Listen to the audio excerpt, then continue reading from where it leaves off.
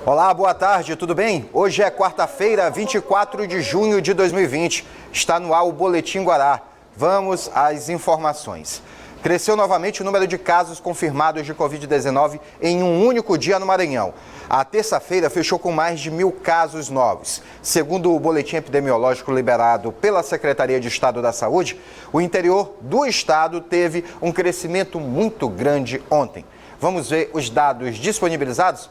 Coloca aqui na tela para mim os dados, a primeira cartela, aqueles dados gerais já está aí, 72.021 casos confirmados no estado do Maranhão, 50.210 pessoas recuperadas da Covid-19, 1.797 óbitos até o momento, 20.014 casos ativos, destes 19.002 pessoas isoladas em casa, 627 pessoas internadas em enfermaria, 385 internadas em UTI.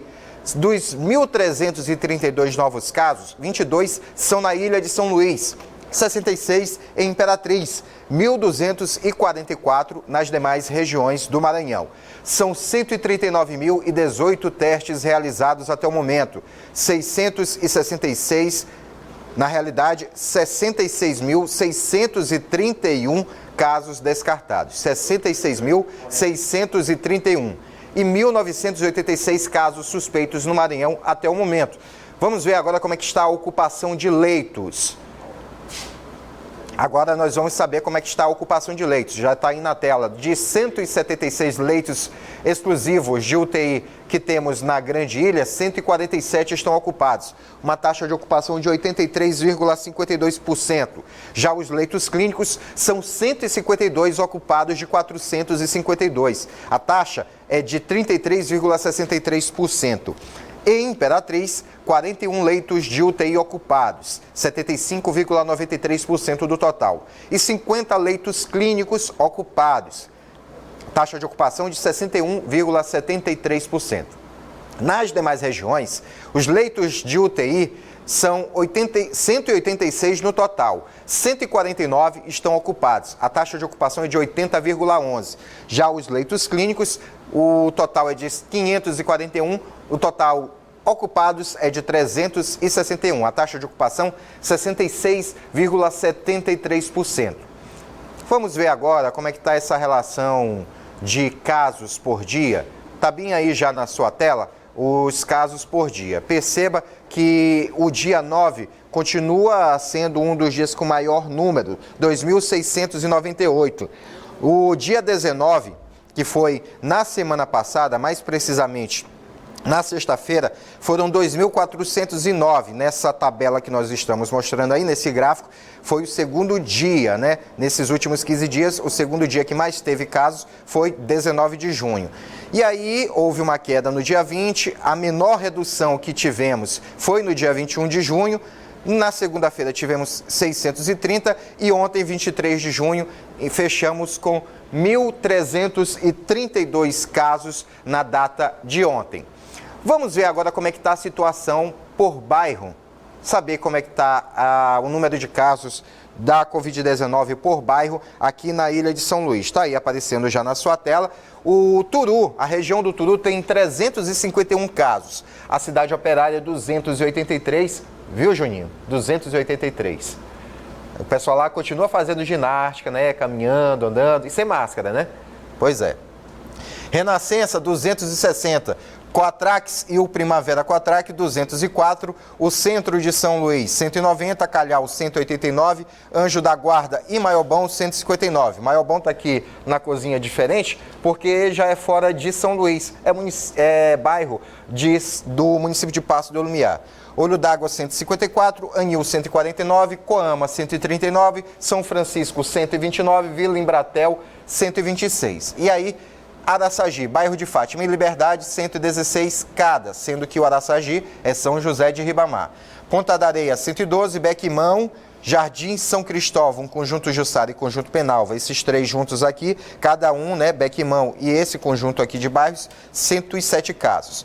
Monte Castelo tem 103, o Angelim, eu vou passar para o outro lado para poder visualizar bem, você aí em casa visualizar bem, Angelim tem 99 casos, o Conjunto Habitacional Vinhais 95, o Coroadinho 88, João Paulo 80, Coab Anil 178, Maracanã 77, Parque Vitória, que é em Ribamar, 71 casos, Conjunto São Raimundo 66, Cidade Olímpica 60, Alemanha e Maiobinha, cada um com 56 casos. Agora nós vamos ver como é que está a situação por municípios. Coloca aqui para mim a cartela dos municípios, está aqui. Eu vou primeiro passar para esse outro lado aqui, para que você possa visualizar a relação dos municípios aqui, os 27 municípios com mais caso da Covid-19. São Luís continua sendo o município com mais casos, são mais de 12.500 casos. Em seguida, Imperatriz, com mais de 3.500. Santa Inês, mais de 3.200. Açailândia, Zedoca, Codó, Chapadinha, Bacabal, Barra do Corda, Timon, Santa Luzia, Buriticupu, Pedreiras, Santa Helena, aqui fechando os primeiros 14.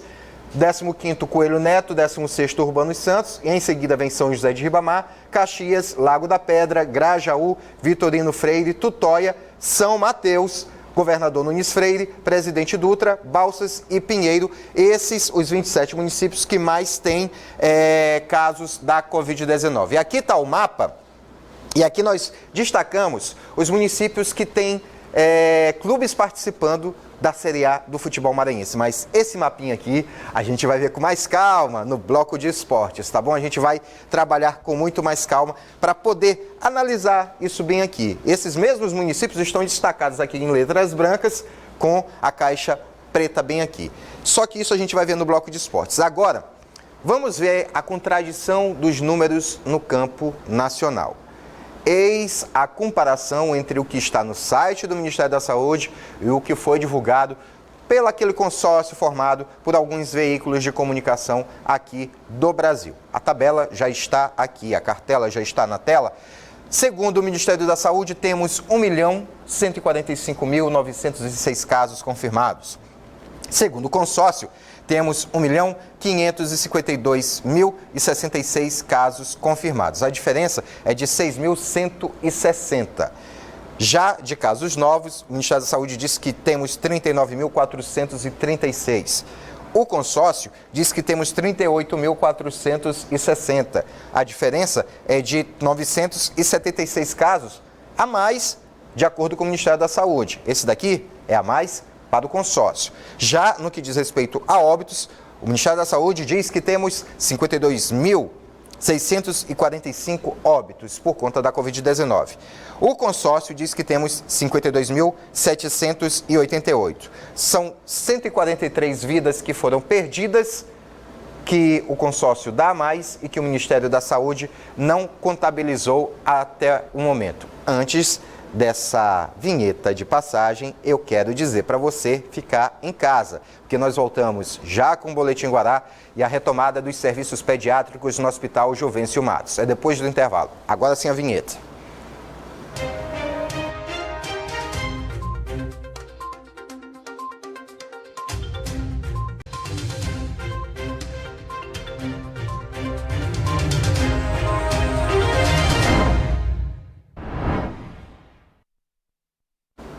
De volta o Boletim Guará. Agora uma pausa para uma dica.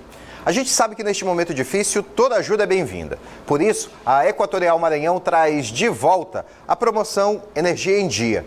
É uma promoção pensada para realmente ajudar as pessoas. São sorteios todo mês de um ano de supermercado de R$500. Isso mesmo, um ano de supermercado de R$500 por mês. É uma boa notícia, né? E tem também 2 sorteios mensais de um ano de bônus de R$250 para pagar sua conta de energia. E ainda prêmio extra. 15 casas serão contempladas com 12 mil para troca de eletrodomésticos e reformas. E no final da promoção tem um sorteio de um carro 0 km. Vou te falar, hein? São prêmios que vêm na hora certa, justo quando todo mundo está precisando. Para participar, basta estar em dia com a Equatorial. Não fique de fora. Faça o cadastro em energiaemdia.equatorialenergia.com.br. Mais do que nunca, nesse momento, conte com a energia da Equatorial Maranhão. O serviço ambulatorial do Hospital Infantil Dr. Juvencio Matos está retomando as consultas pediátricas para as crianças atendidas pela unidade de saúde. A retomada segue adequações e orientações aos usuários sobre as medidas de precaução para evitar a propagação do novo coronavírus. O ambulatório vai funcionar com 40% da capacidade de atendimento, priorizando as consultas já agendadas. A volta das atividades foi regulamentada por portaria da Secretaria de Estado da Saúde do Maranhão, com orientações para o atendimento ao público, que deve respeitar as medidas sanitárias, que inclui o uso de máscara, entrada de somente um acompanhante por criança, higienização das mãos na entrada do ambulatório e a consulta com horário pré-agendado. Através da Cultura Maker, alunos e professores do Colégio Dom Bosco fizeram algumas criações para melhorar a vida de todos nessa guerra contra o coronavírus. Estão sendo desenvolvidas ideias que vão de jogo educativo para conscientização do uso de máscaras e álcool em gel a objetos de uso doméstico, como dispensas de papel e luvas, até a produção em impressora 3D do descansa-orelhas, uma espécie de adaptador para acoplar o elástico das máscaras para que os mesmos não machuquem a pele. Foram produzidas 1.250 unidades da peça e doadas para profissionais da saúde no Hospital Socorrão 1. O professor John Quinaia, um dos responsáveis pelo projeto, falou com o Boletim Guará. O projeto é o Descansa-Orelhas, é essa peça aqui que a gente está disponibilizando para os profissionais da saúde. A função dele é descansar as orelhas, como o nome dele fala. Então ele se coloca aqui na parte de trás, se adapta nos dentes que ele vem, os elásticos das máscaras cirúrgicas, isso para não ter contato com as orelhas, os elásticos das máscaras, né? Sabemos que muitos dos profissionais estão se machucando atualmente a parte de trás das orelhas porque tem o dia todo esses elásticos, muitos deles apertam, enfim. Então a gente pensou nesse protótipo porque tem uma criança no Canadá que ele já está fazendo esse tipo de projeto com a impressora 3D. Então, a peça original é do Canadá, uma criança disponibilizou ela na internet em formato 3D e a gente pensou num protótipo diferente do material, que é de ser da face em 3D, para que a gente produzisse de uma forma muito mais acelerada. Por quê? A impressora 3D demanda muito tempo de execução, né? Então, a gente pensou no material, nesse caso o acetato, que ele é muito mais fácil de você utilizar, muito mais fácil de cortar, e a gente está utilizando a Plotter. A Plotter é uma cortadora com lâmina, que ela faz uma produção muito maior em tempo muito mais curto, tá? Então a gente está criando dessas pecinhas aqui ao redor de 12 peças em 3 minutos no máximo, que é uma produção muito boa, e a gente está entregando esse tipo de kits para os profissionais, tá? Hoje, o programa Os Analistas entrevista o pré-candidato a prefeito de São Luís, Geisael Marques. Jornalista e apresentador, Geisael aceitou o desafio de uma campanha política e vai falar sobre como vê o cenário político do Maranhão nesse momento de pandemia. Dentro da série de entrevistas, os analistas Natanael Júnior, Geraldo Jensen e Felipe Clã já conversaram com o deputado estadual Dr. Iglesio e o deputado federal Rubens Pereira Júnior. Não perca os analistas de hoje, às 7 da noite, aqui na TV Guará. Vamos ao intervalo, não saia de casa, porque voltamos já com o Boletim Guará e os destaques do esporte. Já.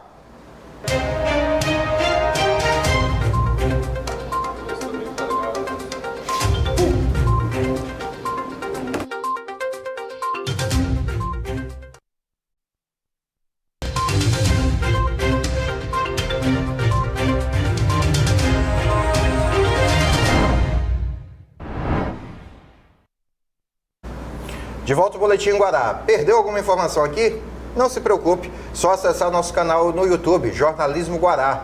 Todas as nossas reportagens estão lá. Acesse também nosso site, www.portalguará.com. As principais notícias e os destaques do Maranhão e do mundo, você confere no portalguará.com. E você já sabe, ouvir Laércio Júnior, Lasca Campos, Carol Sampaio, Sérgio Murilo, Elinalva Cardoso, Andrinho Barros e tantos outros comunicadores de talento, só em um lugar, a Rádio Guará. Essa é a novidade que trouxe uma nova proposta de se fazer entretenimento e jornalismo. um veículo que veio para mudar o conceito de rádio existente no Maranhão. Todas as tribos em uma só conexão. Todos os ritmos para todos os gostos. Vem aí a Rádio Guará. Música e informação sem alienação. Hora do esporte no Boletim Guará. Laércio Júnior, boa tarde. Boa tarde. Tudo bem? Tranquilo. Vamos falar do Campeonato Maranhense, mas precisamente do retorno dele, né? Porque parece que a data já foi realmente definida, né? Já temos a data definida, adiantamos ontem. Nosso diretor é que está dormindo no ponto. Vamos falar então da volta aos treinos, jogos oficiais e inscrições, porque tudo isso acaba entrando nessas discussões. Entrou na discussão de ontem, né? Como é que ficou o campeonato, Laís? O campeonato começa no dia 5 de agosto. A data prevista para a volta dos treinamentos a partir do dia 6 de julho. O Sampaio Corrêa e o Juventude Samas já confirmaram que vão voltar nessa data, exatamente nessa data. O Motoclube, dia 13, volta aos seus treinamentos no dia 13 de julho, visando o estadual que recomeça no próximo dia 5. Mas nós separamos alguns trechos da reunião importante que teve embates, foi bem amplamente discutida, a presença de todos os representantes dos clubes, onde a federação poderia ter dado um voto de Minerva. Qual era? 4-4. Poderia a federação ter definido sede única, até para facilitar a organização do restante do campeonato. Mas ela optou por não se movimentar, entre aspas, manter o regulamento da competição, mas você pode analisar o seguinte: o campeonato já teve algumas modificações importantes, como o fato, por exemplo, do Ulisses jogar no Cordino e poder jogar agora pela equipe do Juventude Samas, ou seja, teve alteração no regulamento. Essa seria só mais uma, como todos os campeonatos terão. A federação, ela abriu mão de poder realizar essa decisão e definiu que o campeonato segue nas sedes, ou seja, o retorno do campeonato no dia 5 terá 2 jogos no interior. Um em São Mateus, que é o São Mateus, o Juventude Samas enfrentando o Maranhão Atlético, e o time do Imperatriz enfrentando o Pinheiro, o Sampaio Corrêa lá no Imperatriz. Data dia 5, está definido para o dia 5 de agosto, a volta do campeonato estadual, salvo alguma mudança. O campeonato vai até o final do mês. A tendência é que ele termine no dia 29, né? E com todas as fases restantes, né? O detalhe é o seguinte: está aqui o prefeito da cidade de São Mateus, o Miltinho Aragão, né? O Miltinho não só defende a questão dos jogos nas sedes, como também defende algo que está indo contra os outros desportistas, a maioria, até da própria população brasileira. Ele defende que daqui para lá já pode, inclusive, ter a possibilidade de torcida no campo. Mas para isso muita coisa precisa acontecer. É difícil, é complicado. Né? Nem no Rio de Janeiro está dando para ter. Agora, ó, no dia 6, a possibilidade de retorno aos treinamentos. Essa data vai ser usada já por 2 equipes oficialmente. O Sampaio volta no dia 6 e o Samas também volta no dia 6. Acabei de confirmar com o treinador da equipe, o Marlon Coutrin. Os 2 times se representam no dia 6. O Maranhão ainda não se manifestou. O Moto se representa no dia 13. E aí você, o Moto uma semana depois. O Moto está tranquilo em relação a isso, porque ele não joga no dia 5 e faz só mais uma partida. 8, né? Joga no dia 8 e faz só uma partida nessa fase que resta no campeonato estadual. O Moto já está classificado para a semifinal. Sim. Ele não participa nem da segunda fase porque já está classificado para a semifinal. E aí você tem a volta dessas equipes. Perde a liderança nessa primeira fase? Não, ninguém alcança o Moto. Ninguém alcança. Então pode jogar até com o time B, né? Pode, se quiser, mas aí tem que ter toda a preparação. O único time que alcança o Moto nessa primeira fase, pode alcançar o Moto, é o Sampaio. Mas para isso o Sampaio tem que vencer o Imperatriz e vencer o Juventude Samas, e o Moto precisa perder para o Maranhão.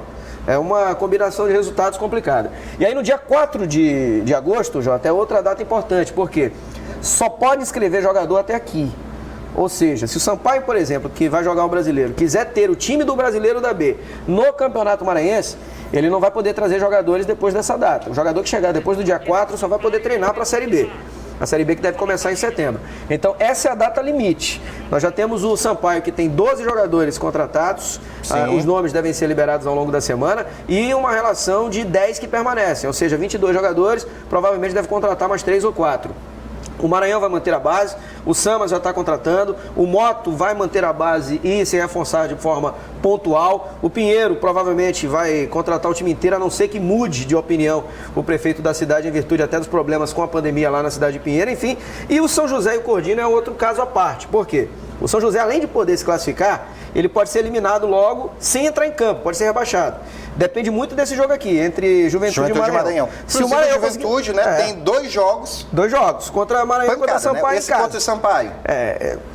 joga em casa também. Agora, o jogo contra o Maranhão é o seguinte, se o Maranhão, por exemplo, vence o Juventude, não tem nem por que o São José sair daqui de São Luís, porque ele já vai estar rebaixado, né? Aí que a gente não entende. E aí muita gente estranhou o fato do São José ficar a favor da questão do jogo fora, apoiando a decisão do São Mateus, e essa presença do São José nos outros 3 acabou sendo fundamental, né? O Cordino também, qual a condição que tem de você jogar lá em Barra do Corda? O detalhe, JF, é que mesmo sem público, Barra do Corda, São Mateus e outras cidades precisam melhorar a situação. Nós temos a questão aquela cartela da do mapa. Vamos ver agora aqui aquela cartela que a gente falou no início do programa, deixamos aqui para o final para destacar. Porque aqui estão destacados no mapa somente os municípios que participam do estadual. Clubes participando do estadual. São Luís tem 12.577 casos, São José de Ribamar 862, Pinheiro 554, São Mateus 591, Barra do Corda 1.181, Imperatriz 3.571. E aí eu vou mostrar aqui essa lista, porque o que acontece? Ontem, quando nós mostramos, em 25º, aqui com mais casos, estavam com o mesmo número, Pinheiro 554 e São Mateus. O que aconteceu de segunda para terça-feira? Né, de segunda para terça-feira. A colocar? Vamos. O que aconteceu de segunda para terça-feira? Mudança no número de casos. Pinheiro, que está com as entradas fechadas para carros, veículos que não são da cidade, manteve o número de casos, 554. Enquanto que São Mateus, que tinha 554, não fez isso, aumentou para 591. E é de lá justamente que estão brigando para ter sede, para que os clubes joguem na sede.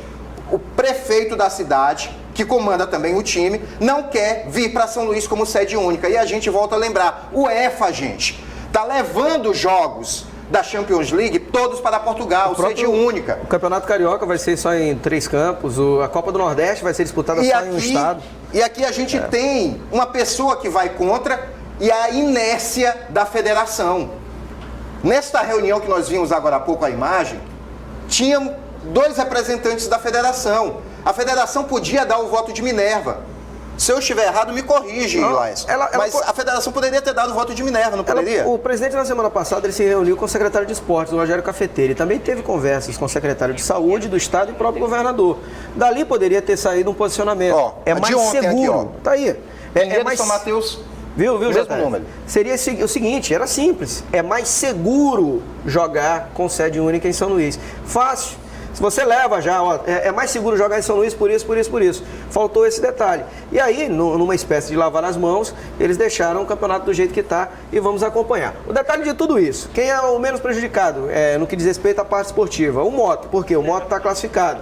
Só que tem a sequência do campeonato, outros fatores que afetam o time que é o líder da competição. As equipes poderão se reforçar, terão tempo para poder preparar inscrições até dia 4. Enfim, vamos aguardar que esse meio termo possa ser bom para todos os times e que o campeonato ganhe em motivação, né? Outra questão também que não ficou muito clara é a monetização do campeonato. Ao longo da semana que vem nós vamos tentar explicar dessa semana ainda como é que vai ficar a monetização do campeonato e quanto cada clube vai ganhar. Tá certo. Só espero que o prefeito lá de São Mateus brigue para que as pessoas lá, a população, fique em casa no dia dos jogos e não vá acumular, fazer aglomeração nas proximidades do estádio. Assim como ele brigou para que os jogos do São Mateus, do Juventude Samas, aconteçam lá em São Mateus, que ele faça com que a população também fique em casa nos dias dos jogos, tá bom? O Boletim Guará de hoje fica por aqui. Mais notícias você acompanha ao longo da programação e logo mais no Jornal da Guará. Vem aí Danilo Quixaba e o Fazemos Qualquer Negócio. Boa tarde a todos, paz e bem.